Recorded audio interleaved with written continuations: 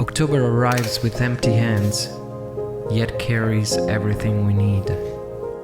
The air sharpens, leaves turn brittle gold, and gardens whisper their last offerings. We cook with what the season gives: pumpkin, flour, meats and cheeses of the moment, not out of luxury, but of rhythm. The old rhythm we once knew by heart.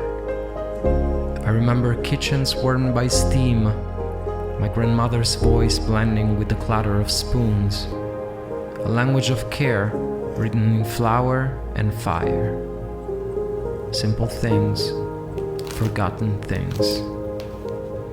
October reminds us to pause, to taste, to breathe, to keep hold of the quiet past that still lingers in every simmer, every bite, and every falling leaf.